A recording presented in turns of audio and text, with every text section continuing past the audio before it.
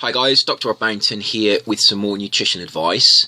Anyone that's been reading my blog or following my videos for any length of time will know that I'm not a great fan of energy restricted diets. I don't believe that restricting energy intake and performing lots of aerobic exercise is the best way, is the most sustainable way over the long term to lose weight. However, that being said, a lot of people do ignore that advice, and others perhaps haven't come across my recommendations and the recommendations of others to avoid that kind of strategy. So if you're one of those people that's perhaps gone on a low energy diet and you have actually been successful in losing weight, the problem you have is that there's a very high risk of you regaining that weight. And generally what happens when you go on an energy restricted diet, you lose weight. About 50% of that weight will be muscle mass, and that reduction in muscle mass increases your risk of putting body fat back on, because your resting metabolic rate is detrimentally affected. So there's a very high risk of those people that go on an energy restricted diet, those people who perform lots of aerobic exercise, regaining a lot of the weight that they've lost, and all of the weight that they usually regain will actually be body fat. And they won't actually regain the muscle that they've lost, and that will obviously deteriorate their body composition.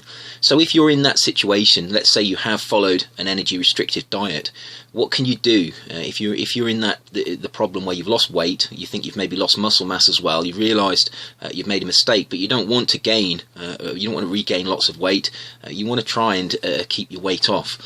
What can you do? Well, there are strategies that will help you. And in particular, what you need to do is you need to follow a low glycemic index and a high protein diet. Now, I came across an interesting study in the New England Journal of Medicine, and I will put the graphic up that I found from that paper now, and you can have a look at it. What we're actually looking at here is a graph of the regain in weight that occurred after a period of weight loss in obese subjects. All of the subjects lost weight, and then they were given one of several treatments. One group was a control group, another group was a high protein, low glycemic index diet, another group was a low protein, low glycemic index diet, there was another group that was a high protein, high glycemic index diet, and there was another group that was a low protein, high glycemic index diet. And if we have a look at that graphic, what we actually see is we can see the control group is the kind of the light beige line that goes up towards the end, and then you can see it labelled as control. You can see that the brown dotted line at the bottom are those people who followed a high protein, low glycemic index diet. That line never goes above the baseline level, although towards the end it does start to creep up. And what that indicates is that those people that were given during the maintenance period after they'd lost body weight, those people that then followed a high protein, low glycemic index diet actually didn't regain the weight that they'd lost. They managed to keep that weight off. The other groups, however, all started to regain the lost weight, and really the difference between the other groups, the low protein, high glycemic index diet, the high protein, high glycemic index diet, and the low protein, low glycemic index diet, they're not that different from the control, which indicates that they over time those people are probably going to regain all of the weight that they've lost, and those diets are detrimental to their body composition. So this is a very interesting paper. I will put the link to this study in the comments box below this video, and you can have a read through it. And this does support a lot of the other evidence that is in the nutritional literature that shows the benefits of high protein, low glycemic index diets. Why are they particularly effective? Well, high protein diets are effective possibly for a number of reasons. One reason is that protein dictates the rate at which food can leave the stomach, and that means they have a beneficial glycemic effect, because if there's starch in the stomach with the protein, that starch will be retained in the stomach for longer, and therefore it will be broken down to glucose more slowly, and that glucose will reach the blood more slowly. So high protein diets have a beneficial glycemic effect, and that means that they can help reverse insulin resistance. The second benefit of high protein diets appears to be that they have beneficial appetite effects. That may relate to the fact that they have beneficial glycemic effects, because obviously more stable blood sugar produces better appetite regulation. But there may be other effects where the small peptides and amino acids, once they're detected in the gut, actually have hormonal effects that regulate satiety. So high protein diets tend to make you feel fuller, and they tend to allow you to control your blood sugar more effectively. Low glycemic index diets favouring carbohydrates that tend to be broken down more slowly. That means generally eating more fruits and vegetables as well as whole grains. It doesn't always follow that whole grains have lower glycemic indices than some simple sugars and refined carbohydrates, but generally low glycemic index carbohydrates tend to be fruits, vegetables, and whole grain type cereals. Those types of foods have beneficial glycemic effects, and they help regulate blood sugar levels, and that, as with protein, may have appetite regulatory effects. And it certainly prevents the nutrient overload syndrome on cells.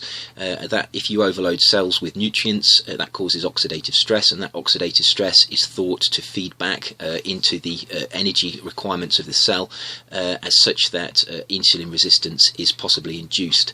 Energy overload as well from certain sugars, particularly fructose and refined carbohydrates, can also overload the liver with energy. That increases the de novo lipogenesis pathway, that increases the production of fatty acids, and those fatty acids may interfere with insulin signaling. So getting carbohydrates into the blood too quickly is detrimental for the appetite, because it causes a rise in blood sugar, but that rise then causes an increase in insulin release, which then lowers blood sugar too much, which stimulates appetite, and also it causes nutrient overload, which leads to insulin resistance. So maintaining this glycemic control is very important. If you're of normal weight and you don't want to gain weight, let's say you're concerned that perhaps you put a few pounds on and you don't want to gain any more weight, these types of diets, these high protein, low glycemic index diets, will stop you gaining weight as you get older. They will stop you gaining weight perhaps if you've had an injury, perhaps you're particularly active, you've had an injury and you stopped playing a sport, your diet's maybe not as clean as it was. Go onto a high protein, low carbohydrate diet. They will help maintain your body composition as it is, and they will help you stop putting weight on.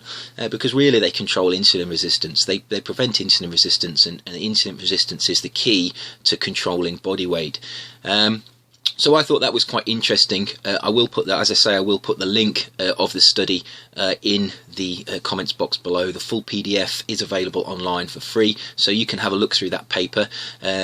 Obviously, have a look at the graph that I've described briefly here in more detail. It is quite interesting, and there is other data within that paper that is worth looking at as well. But I just wanted to highlight that and simplify really where I'm coming from in terms of recommending high protein, low glycemic index diets. They do seem to work. They are effective for those people that have lost weight.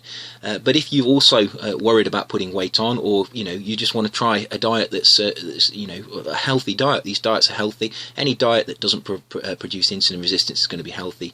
These types of high protein, low glycemic index diets, they tend to incorporate high quality foods, high quality proteins.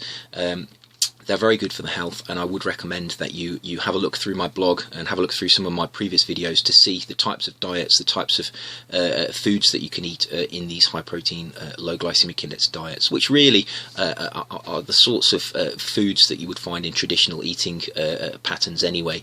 Something like the Mediterranean diet really is a low glycemic index, highish protein diet, and many studies have attested to the fact that the Mediterranean diet does prevent this deterioration in body composition that many people in the West seem to, over decades, they seem to put weight on, and by the time they get to maybe their 40s and 50s, they are considerably overweight. Obviously, we're seeing now younger and younger people getting overweight, which is concerning, and this is because we're moving away from these traditional eating patterns, which are generally higher in protein, higher in more complex carbohydrates and absent of sugar. We're moving towards the Western diet, which is really the antithesis of that type of eating pattern. It's refined carbohydrates, low protein, low quality protein, lots of fat, lots of simple sugars, and that is what is driving insulin resistance and weight gain. So I do recommend recommend that you have a look at this paper if you're interested in that sort of thing. If you have any comments, any questions, please leave them in the comments box below. And as always, I will try to get back to you, and I'll see you next time that I do another video.